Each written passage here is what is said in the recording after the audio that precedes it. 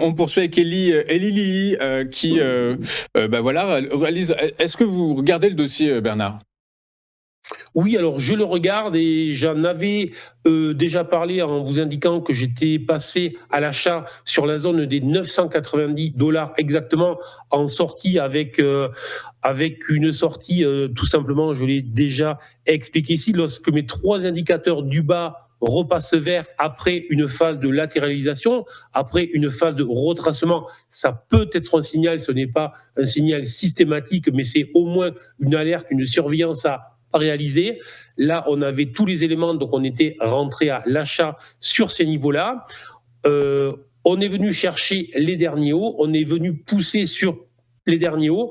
Il y a eu pour moi des prises de bénéfices, des sorties et des nouvelles entrées, puisque effectivement, après ce test des nouveaux sommets, en fait, il faut regarder comment se fait le sommet. Est-ce qu'il y a une accélération du volume? Est-ce que les journées sont inquiétantes en ce sens qu'on voit qu'il y a les vendeurs qui se positionnent fortement? Ça n'a jamais été le cas et donc tout simplement là, il y a une nouvelle accélération qui s'est produite en fin de semaine et hier aussi une nouvelle hausse. Donc là aussi, on pourrait même avoir un objectif là de report de l'amplitude précédente qui est quand même de plus de 300 points, 300 $. Ça veut dire qu'on pourrait très bien avoir un objectif largement supérieur à 1450, 1500 dans les prochaines semaines. Donc, des objectifs sérieux.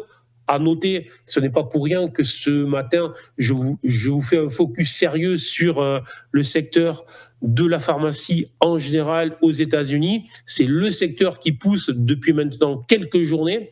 Donc, après, toujours la même chose, hein. Il faut voir si ça tient, mais incontestablement, on voit bien que les sorties qu'il y a pu y avoir sur certains sous-secteurs sur la tech se sont positionnées sur la pharma et on peut penser que quelque part, c'est un moyen de se positionner aussi toujours dans l'IA. Pourquoi? Parce que le consensus, quand même, fait corps à ce niveau-là, à dire que le prochain gagnant probable de la diffusion de l'IA sera la pharmacie, les innovations, et donc effectivement, les investisseurs, logiquement, essayent de se positionner avant que tout ça ne se voit.